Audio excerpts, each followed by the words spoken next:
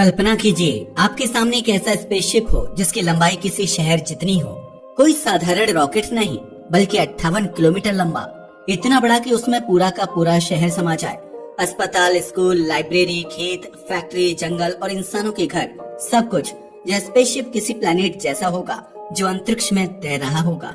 यही है क्रिसैलिस generation ship, इंसानियत की अब तक की सबसे महत्वाकांक्षी योजना। इसका एक ही मकसद होगा, धरती से निकलकर इंसानों को एक नए घर तक पहुंचाना, और वह घर होगा प्रोक्सिमा बी, हमारी धरती से बाहर का पहला संभावित ठिकाना। लेकिन आखिर क्यों हमें इतना बड़ा स्पेसशिप बनाना पड़ेगा? क्यों इंसानों को अपनी धरती छोड़नी पड़ेगी? और यह यात्रा कितनी लंबी और खतरनाक होगी? इन सवालों के जवाब हमें इस कहानी में मिलेंगे। धरती वो जगह है जिसने हमें जन्म दिया, पाला और सभ्यता दी, लेकिन अब यही धरती धीरे धीरे हमारे लिए रहने लायक नहीं बच रही। बढ़ती पॉपुलेशन ने रिसोर्सेज पर दबाव डाल दिया है। ग्लोबल वार्मिंग की वजह से बर्फ पिघल रही है, समुद्र का जल स्तर बढ़ रहा है, जंगल खत्म हो रहे हैं और हवा जहरीली हो रही है। वैज्ञानिकों का मानना है कि अगर इंसान ने अपनी आदतें नहीं बदली तो आने वाले 100 से 150 सालों में धरती इंसानों के लिए नर्क बन जाएगी। ऐसे में सभ्यता को बचाने का सिर्फ एक ही रास्ता है, दूसरा घर ढूंढना। अगर हम स्पेस में देखें तो धरती के सबसे नजदीक रहने योग्य ग्रह का नाम है प्रोक्सिमा बी। यह प्रोक्सिमा सेंटोरी नामक तारे के चारों ओर घूमता है। दूरी है 4.24 लाइट ईयर, यानी लगभग 41 ट्रिलियन किलोमीटर। यह अपने स्टार के हैबिटेबल जोन में है, मतलब यहाँ पर तरल पानी मौजूद हो सकता है। इसका आकार और मास धरती जैसा है। यहाँ की ग्रेविटी भी धरती जैसी मानी जाती है, यानी कि अगर हम वहाँ पहुँच गए तो हमारी सभ्यता को नया घर मिल सकता है। 41 ट्रिलियन किलोमीटर सुनने में ही असंभव लगता है। अगर हम सबसे तेज स्पेसक्राफ्ट यानी वॉयेजर 1 से वहाँ जाएं तो करीब 70,000 साल लग जाएंगे। अगर उससे 60 गुना तेज यान बनाया जाए तो भी 1300 साल लगेंगे। इतनी लंबी यात्रा एक इंसान तो कभी पूरी नहीं कर पाएगा। यही कारण है कि वैज्ञानिकों ने सोचा कि हमें एक जनरेशन शिप बनाना होगा। जनरेशन शिप ऐसा स्पेसक्राफ्ट है जिसमें सिर्फ एक इंसान नहीं बल्कि पूरी सभ्यता यात्रा करेगी। इसमें कई पीढ़ियां पैदा होंगी और मरेंगी। लोग वहीं पर पढ़ाई करेंगे, शादी करेंगे और बच्चे पैदा करेंगे, और अंत में चौथी या पांचवी पीढ़ी प्रोक्सिमा बी पर पहुंचेगी। यानी यह सिर्फ एक रॉकेट नहीं होगा बल्कि चलता फिरता ग्रह होगा। क्रिसैलिस शिप का आकार इतना विशाल होगा कि इसकी लंबाई होगी 58 किलोमीटर। इसे धरती पर बनाना असंभव है, इसलिए इसे स्पेस में असेंबल किया जाएगा। निर्माण स्थान होगा लैग्रेंज पॉइंट 1, धरती और सूरज की ग्रेविटी से बना स्थिर बिंदु। इसको बनाने में करीब 25 साल का समय लगेगा, और निर्माण के लिए रिसोर्सेस धरती और चांद दोनों से लाए जाएंगे। अगर शिप के स्ट्रक्चर की बात करें तो क्रिसैलिस में 3 बड़े मॉड्यूल होंगे। पहला फ्यूल मॉड्यूल 1, जो पीछे का हिस्सा होगा जो शिप को एक्सेलरेट करेगा। हैबिटेट मॉड्यूल, जो बीच का हिस्सा होगा जिसमें इंसान और उनका पूरा इकोसिस्टम होगा। फ्यूल मॉड्यूल 2, आगे का हिस्सा जो डिसेलरेशन के काम आएगा। इसका मतलब होता है गति कम या धीमा होना। उदाहरण के लिए अगर कोई स्पेसशिप बहुत तेज जा रहा है और फिर धीरे धीरे अपनी रफ्तार घटाता है ताकि किसी ग्रह की ऑर्बिट में प्रवेश कर सके, तो इस प्रक्रिया को डिसेलरेशन कहते हैं। शिप का कुल वजन होगा 2.4 अरब टन। यह स्पेसएक्स स्टारशिप से 5 लाख गुना ज्यादा भारी होगा। हैबिटेट मॉड्यूल का आकार होगा 3 किलोमीटर लंबा और 200 मीटर चौड़ा। इसमें 5 सेक्शन होंगे। फूड सेक्शन, जहां खेती होगी और खाना तैयार किया जाएगा। कम्युनिटी सेक्शन, जहां पार्क, लाइब्रेरी और डिस्कशन हॉल होगा। गार्डन सेक्शन, जहां बड़े बड़े गार्डन और जंगल होंगे।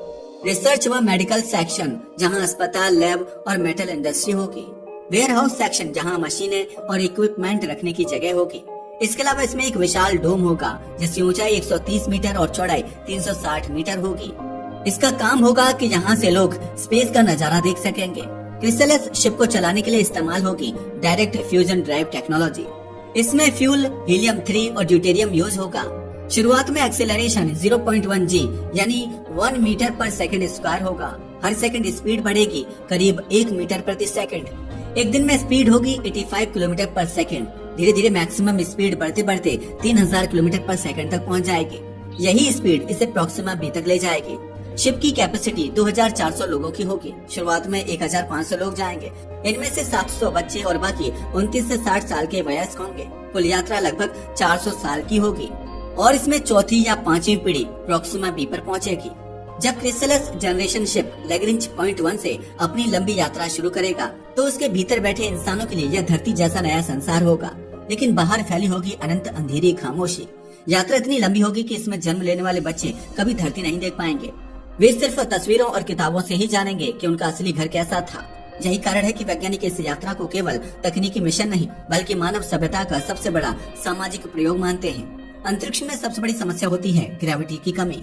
बिना ग्रेविटी इंसान का शरीर कमजोर पड़ने लगता है, हड्डियां गलने लगती हैं, मांसपेशियां सिकुड़ जाती हैं और खून का बहाव गड़बड़ा जाता है। क्रिसलस में इस समस्या का हल होगा आर्टिफिशियल ग्रेविटी।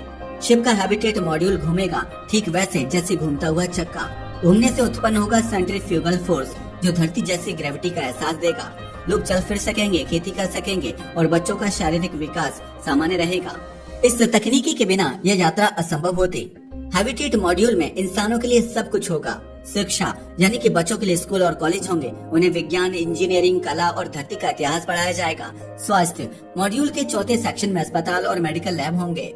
खाद्य उत्पादन, हाइड्रोपोनिक और एरोपोनिक खेती होगी जहां पौधे बिना मिट्टी के उगाए जाएंगे। मनोरंजन यानी पार्क, गार्डन और कम्युनिटी हॉल होंगे जहां लोग एक दूसरे से जुड़ाव महसूस करेंगे। एआई सहयोग, हर सिस्टम को आर्टिफिशियल इंटेलिजेंस संभालेगा ताकि गलतियों की संभावना न रहे। यानी कि यह शिप सिर्फ यात्रा का साधन नहीं बल्कि धरती का एक चलता फिरता टुकड़ा होगा। यह यात्रा 400 साल लंबी होगी। पहली पीढ़ी जो धरती से निकलेगी वही असली पायोनियर्स होंगे। वे जानते होंगे कि वे कभी मंजिल तक नहीं पहुंचेंगे। दूसरी पीढ़ी जिन्हें शिप में जन्म मिलेगा वे धरती को सिर्फ कहानियों और वीडियो से जानेंगे। तीसरी पीढ़ी पूरी तरह स्पेसशिप के वातावरण में ढली होगी। चौथी पीढ़ी यह वह पीढ़ी होगी जो प्रोक्सिमा बी पर कदम रखेगी और नया इतिहास लिखेगी। हर पीढ़ी के लिए सबसे बड़ी चुनौती होगी मानसिक मजबूती और सामाजिक संतुलन की। इतनी लंबी यात्रा इंसानों के लिए सिर्फ तकनीकी नहीं बल्कि मानसिक परीक्षा भी होगी, क्योंकि वे बाहर का कोई नजारा नहीं देख पाएंगे। बाहर सिर्फ अनंत अंधेरा होगा। इससे डिप्रेशन और अकेलापन हो सकता है। अगर उनकी जनसंख्या कम हुई तो सभ्यता खत्म हो सकती है। ज्यादा हुई तो संसाधन कम पड़ जाएंगे। इसलिए जन्म पर सख्त नियंत्रण रखना होगा। शिप में लोकतांत्रिक प्रणाली और एआई आधारित प्रशासन होगा। इंसानों के फैसलों में मशीनें मदद करेंगी ताकि विवाद ना बढ़े। हर पीढ़ी को पिछले ज्ञान की विरासत आगे बढ़ानी होगी, वरना तकनीकी कौशल खो सकता है। क्रिसलस को आगे बढ़ाने के लिए इस्तेमाल होगा डायरेक्ट फ्यूजन ड्राइव। इस मिशन के लिए चुने गए लोग पहले एंटार्क्टिका में कुछ साल की ट्रेनिंग करेंगे। एंटार्क्टिका क्यों? क्योंकि वह जगह बिल्कुल आइसोलेटेड है, सीमित संसाधनों वाली और कठोर परिस्थितियों वाली। वहाँ लोग सीखेंगे कि कैसे सीमित जगह में रहकर मानसिक संतुलन बनाए रखना है। यह अभ्यास अगली पीढ़ियों को मानसिक रूप से तैयार करेगा। जब शिप प्रोक्सिमा बी के करीब पहुंचेगा तब शुरू होगा ट्रांसफर फेज। सबसे पहले बैक फ्यूल मॉड्यूल अलग कर दिया जाएगा। फिर फ्रंट मॉड्यूल अपने फ्यूजन प्रोपल्शन से शिप को धीरे धीरे डिसेलरेट करेगा। 1 साल तक स्पीड घटती जाएगी। आखिरी में सिर्फ हैबिटेट मॉड्यूल बचेगा जो 40 लाख टन भारी होगा और सीधे प्रोक्सिमा बी की कक्षा में पहुंचेगा। इसके बाद छोटी छोटी शटल्स की मदद से इंसान पहली बार इस नए ग्रह पर कदम रखेंगे। सोचिए, 400 साल की यात्रा के बाद जब इंसान पहली बार प्रोक्सिमा बी पर उतरेंगे तो वहाँ की जमीन पर उनके कदमों की ध्वनि गूंजेगी। यह वह क्षण होगा जब मानव सभ्यता पहली बार धरती से बाहर किसी ग्रह पर अपना झंडा गाड़ेगी। यह सिर्फ एक वैज्ञानिक जीत नहीं होगी बल्कि यह साबित करेगा कि इंसानियत कितनी दूर तक जा सकती है। 400 साल की यात्रा के बाद जब क्रिसलस जनरेशन शिप प्रोक्सिमा बी की कक्षा में पहुंचेगा तो वह पल मानव इतिहास का सबसे भावनात्मक क्षण होगा। हजारों पीढ़ियों से इंसान आकाश की ओर देखता आया है, धरती की सीमाओं को पार करके। अब जब पहली बार कोई सभ्यता दूसरे तारे के नीचे अपनी छाया डालेगी तो यह साबित होगा कि इंसान केवल एक ग्रह का निवासी नहीं बल्कि कॉस्मिक सभ्यता है।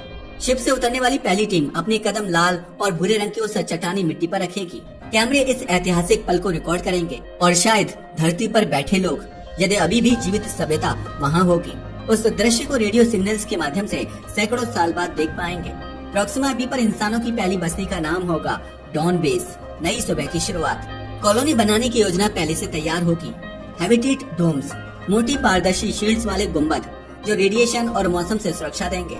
ऑक्सीजन जनरेटर, बर्फ और खनिजों से ऑक्सीजन निकाली जाएगी। वाटर सिस्टम, जमीन के नीचे जमी बर्फ को पिघलाकर पीने और खेती के लिए इस्तेमाल किया जाएगा। एनर्जी सोर्स, कॉलोनी को ऊर्जा मिलेगी न्यूक्लियर रिएक्टर्स और सोलर एरे से।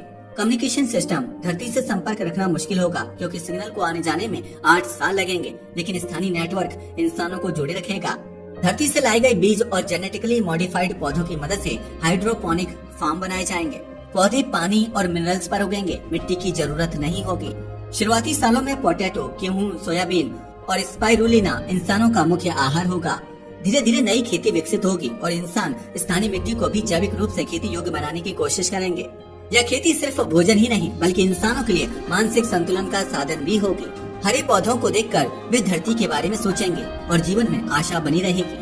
लेकिन यह ग्रह धरती जैसा आसान नहीं होगा। इसके खतरे बहुत गहरे हैं, क्योंकि प्रोक्सिमा सेंटोरी एक रेड ड्वार्फ स्टार है जो बार बार खतरनाक फ्लेयर छोड़ता है। ये रेडिएशन इंसानों के लिए घातक हो सकती है, इसलिए कॉलोनी को भूमिगत शील्ड्स और मैग्नेटिक फील्ड जनरेटर से सुरक्षित करना होगा। यह ग्रह धरती से भारी है। जब इंसान प्रोक्सिमा बी की सतह पर उतरेगा तो उसे अपने शरीर को नई गुरुत्वाकर्षण के हिसाब से ढलना होगा। शुरुआत में चलना फिरना मुश्किल लगेगा, सांसें तेज चलेंगी और हड्डियां व मांसपेशियों पर दबाव बढ़ेगा। लेकिन जैसे जैसे समय बीतेगा और इंसान वहाँ के माहौल में जीना सीखेगा, शरीर खुद को नए ग्रह की परिस्थितियों के अनुकूल बना लेगा। यह सफर महीनों या कुछ सालों में पूरा हो सकता है। प्रोक्सिमा बी पर वातावरण भले ही मौजूद हो, लेकिन वह इंसानों के लिए बिल्कुल भी सांस लेने लायक नहीं है। यहाँ की हवा में ऑक्सीजन नगण्य है और ज्यादातर हिस्सा जहरीली गैसों से भरा है। इसलिए इंसानों को हर सांस के लिए ऑक्सीजन जनरेटर या स्पेस सूट पर निर्भर रहना होगा। इस ग्रह पर खुली हवा में सांस लेना फिलहाल एक सपना ही रहेगा। यहाँ एक दिन धरती के मुकाबले कई गुना लंबा है, मतलब कि कई महीनों तक लगातार दिन या लगातार रात हो सकती है। इससे खेती और मानसिक स्वास्थ्य दोनों पर असर पड़ेगा। इंसान यहाँ जीने के लिए कई अद्भुत तकनीकें विकसित करेगा, जैसे कि मैग्नेटिक शील्ड। कॉलोनी के ऊपर विशालकाय इलेक्ट्रोमैग्नेटिक गुम्बद बनेगा जो रेडिएशन से रक्षा करेगा। एआई गवर्नेंस, प्रशासन की जिम्मेदारी इंसानों और एआई दोनों पर होगी। एआई यह सुनिश्चित करेगा कि संसाधनों का सही इस्तेमाल हो और विवाद ना बढ़े। जीन एडिटिंग, भविष्य की पीढ़ियों के डीएनए में बदलाव किए जाएंगे ताकि उनका शरीर प्रोक्सिमा बी की परिस्थितियों के अनुसार ढल सके। रोबोटिक असिस्टेंट्स, हर कॉलोनी में ह्यूमनॉइड रोबोट होंगे जो निर्माण, खनन और खेती में मदद करेंगे। सबसे ऐतिहासिक क्षण होगा जब प्रोक्सिमा बी पर पहला बच्चा जन्म लेगा। यह बच्चा इंसानियत का पहला नागरिक होगा जो किसी दूसरे ग्रह का मूल निवासी होगा। उसके लिए धरती सिर्फ इतिहास की किताबों में दर्ज नाम होगी, असली घर नहीं। धीरे धीरे पूरी सभ्यता का मनोविज्ञान बदल जाएगा। ये खुद को धरतीवासी नहीं बल्कि प्रोक्सिमा वासी मानने लगेंगे। यह बदलाव ही मानव सभ्यता को कॉस्मिक सभ्यता की ओर ले जाएगा। कुछ पीढ़ियों बाद जब इंसानों का शरीर और मन नए ग्रह की परिस्थितियों में ढल जाएगा तो यह सवाल उठेगा, क्या वे अब भी धरतीवासी रहेंगे या इंसानियत की एक नई शाखा बन जाएगी। संभव है कि उनके शरीर की बनावट, हड्डियों की मजबूती और आंखों की संरचना बदल जाए। उनका जीनोम धरती के इंसानों से अलग हो जाए। इस प्रकार प्रोक्सिमा बी पर इंसान सिर्फ धरती का विस्तार नहीं होंगे बल्कि नई प्रजाति के जन्मदाता होंगे। डॉन बेस की बत्तियां जब पहली बार प्रोक्सिमा बी की सतह पर जलेंगी तो वह सिर्फ रोशनी नहीं होगी, वह होगी इंसानियत का दूसरा सूर्योदय। लेकिन उस समय क्या होगा जब ये लोग 400 साल का सफर पूरा करने के बाद प्रोक्सिमा बी पर पहुंचेंगे और वहां देखेंगे कि ये ग्रह तो बिल्कुल भी रहने लायक नहीं है। उस समय इन लोगों का हाल क्या होगा? क्या आपको लगता है कि ये सब पॉसिबल हो पाएगा? हमें नीचे कमेंट करके जरूर बताएं। आज के लिए बस इतना ही। वीडियो पसंद आया तो इसे लाइक और शेयर